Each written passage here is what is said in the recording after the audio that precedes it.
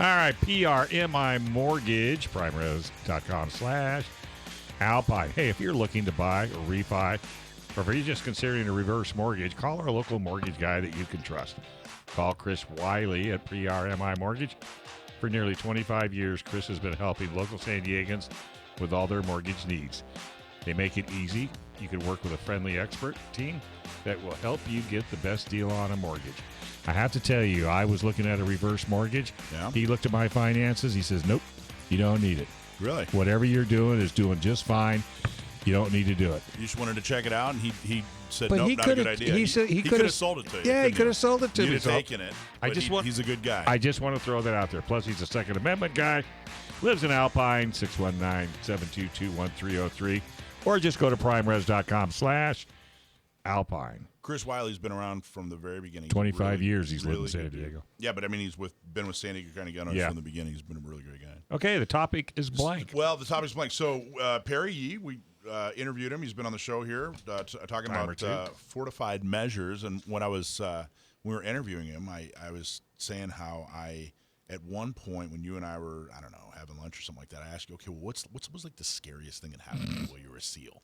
You know, and I thought it was an interesting story. It wasn't what Did it scare most you? people would think. I would be terrified, yeah, but it's not what most people would think. You know, it's not, some big movie scene. And I thought it was kind of interesting in that it was a unique story. But anyway, go ahead. Tell the He story. went to lunch with Alec Baldwin. I couldn't help it. Terrifying. So yeah, this happened. I wasn't even in the SEAL teams yet.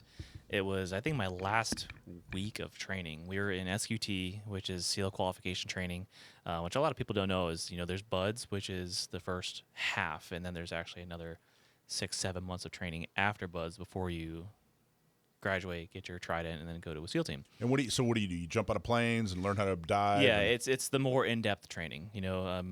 Towards the end, within BUDS, you do very, the basic, especially like firearms. You're learning your basic pistol and rifle and very basic CQB. But with SQT, that's where they're training you to be more well equipped and prepared for going to the teams. Wow.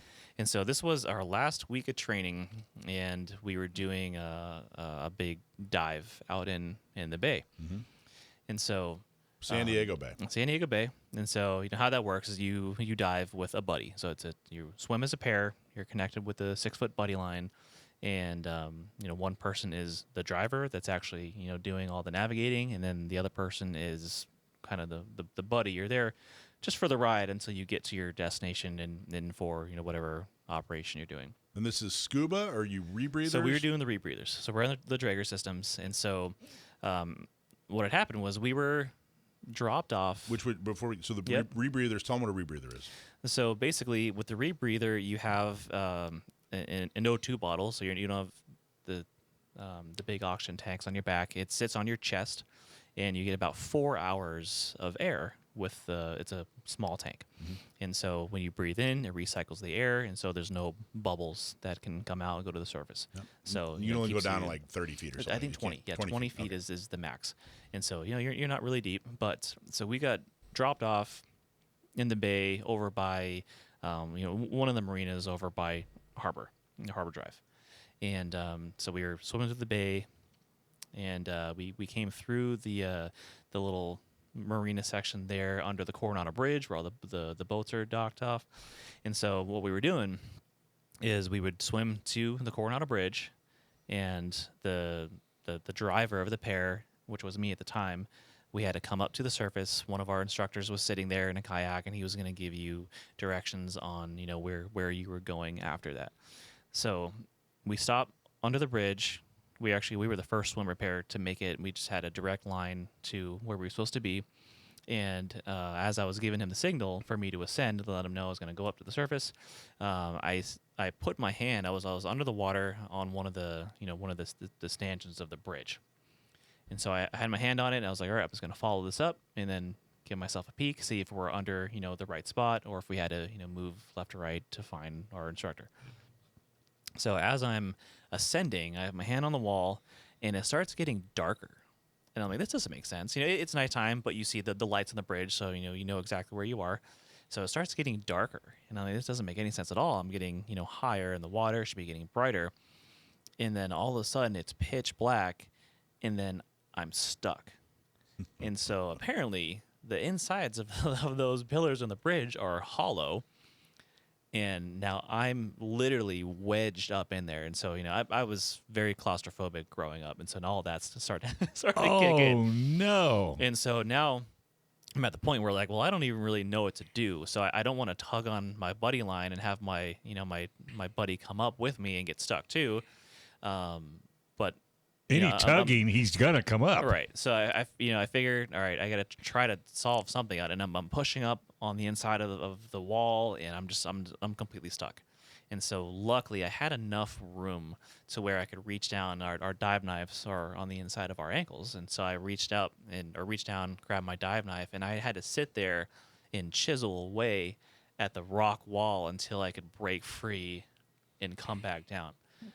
What was causing you to be stuck? So it just the quarters were suction? so tight. It's not even that, they were so tight. As I got higher up, my chest rig got stuck, and so literally I'm sitting there, arms and legs flapping around, and I'm not going anywhere. And you can't. There was nothing. There's nothing above me, so I was just in this, like, I don't know, just in this hollow little thing. And so, but yeah, luckily I was able to reach down and get my dive knife, but I had to sit there and chisel away until I could break myself free. And How much did you have to down. chisel away? A few minutes, which Yeah. in my head lasted a long time. And I what felt was like your dive buddy thinking? Where'd you go? I don't know. Yeah, he was just sitting down there. Did you talk to him after? Oh, I told You him were like, after, yeah. and what did he say? Was he like, I thought you were having a sandwich? Yeah, he had no idea. He figured I was up there. I wonder and where you went. Getting instruction.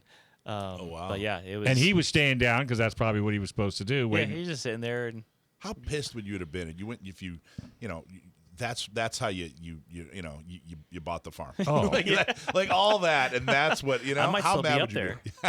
Yeah, but how pissed would you be if the city charged you for damaging the That's true. bridge? Oh, Yeah, I should maybe- have said that. Maybe you should have said that on the show. Yeah. So how much? That's why that bridge collapsed. Yeah, really. Which, by the way, interesting story, right? Oh, You I know? would be petrified. I would be terrified. Yeah, I'm not. What about you, Alicia? Either way, your No dives, the night dives that you do are they're always so scary because you're underwater for 4 hours at a time, and it's pitch black. You can't see anything. And so you're in San Diego Bay doing this. Yeah.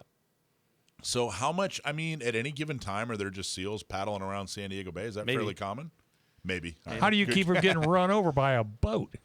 No, so they'll be each swim repair also has, like, it's funny, it's a little one of those retractable dog leashes that has a buoy on with the the light surface, on it. and so Yeah. and then there's like some chem light stuck in there. So and you'll hear the boats driving up above you, and sometimes they get close, and if you hear, like, the instructors will throw some stuff in the water that lets you know you gotta suck mud, and you literally have to dive down and shove your hands inside the mud and hold yourself down while there's stuff. Well, I don't know. Like above some of you. those big ships. I mean, you can only go 20 feet down. Some of those big ships They'll suck you right up. Well, they Yeah. draft more than 20 feet. I'm assuming. Yeah, I'm sure there's but you're up. scheduling But that you're up. that goes But you're into up that. close to the pier.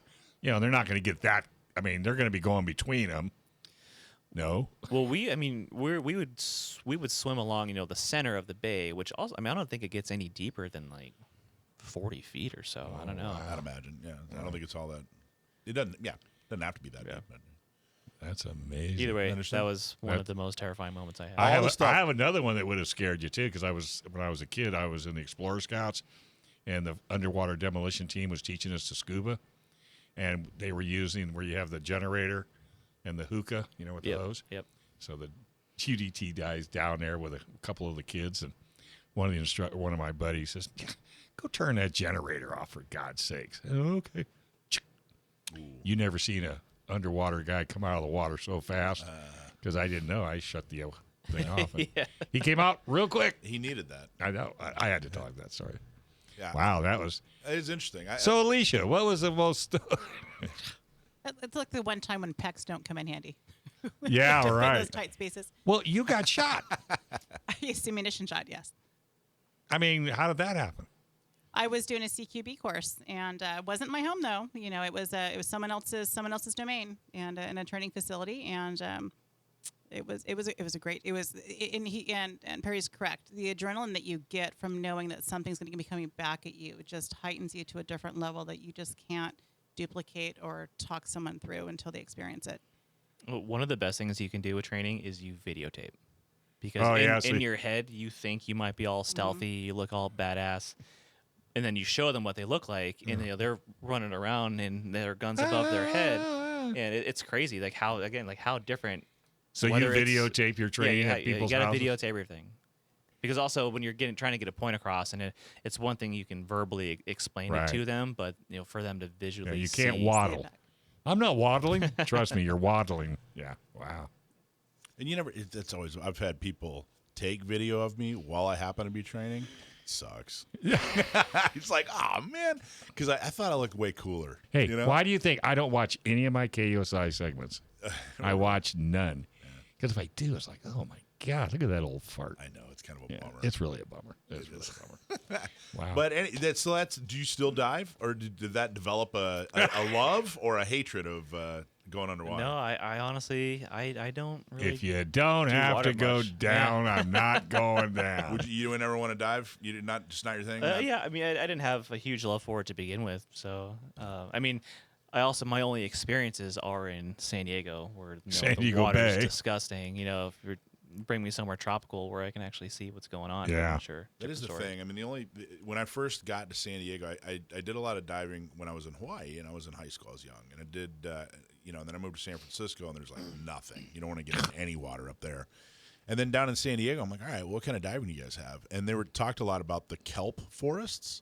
And I'm like, well, what is that? And they explained it to me. I'm like, I would feel like I was just an item on a shark buffet. Yes. Yeah. That's what that would feel like to me, So yeah, that's the lettuce, and you're the little shrimp. There's a lot of a lot more brave people out there that are making fun of me right now as they say. So you wouldn't go shark diving? I probably would, but I don't know. No, I would like to get back into it. I kind of started missing diving recently. Desi from Not Me just got certified, or she's getting certified. Congratulations to her. As a diver? As a diver, yeah. So that even got me a little bit more, more fired up. All right, well. The technology's come a real long way. So when I was going through, I was like 12, and I was going through a class, and there was an old guy in there, and he was talking about, kind of back in my day, we didn't have all this fancy. That's whatever, right. Blah, blah, blah. So I'm going to end up being that guy. Yeah. When I go get 'cause recertified. We started out with 2 hoses. Yeah. And they introduced a single hose regulator. Wow. Well, this guy was like, tables? What are tables? We just went down until our air ran out. And then we came out. No. You never had the bends. Whole new world. Whole new world. I don't dive anymore either. Almost got hit by a boat. He thought the red and white flag was a target. As I was coming up. So. Thanks for watching this clip from Gun Owners Radio. You can watch us live every Sunday from 4 to 6 p.m. California time, right here on our YouTube channel, or if you're in the San Diego area, you can listen to us on 1170 a.m. We're also available on your favorite podcast platform for free. Don't forget to like and subscribe so that you can help restore and protect the Second Amendment, not just in California, but across the country.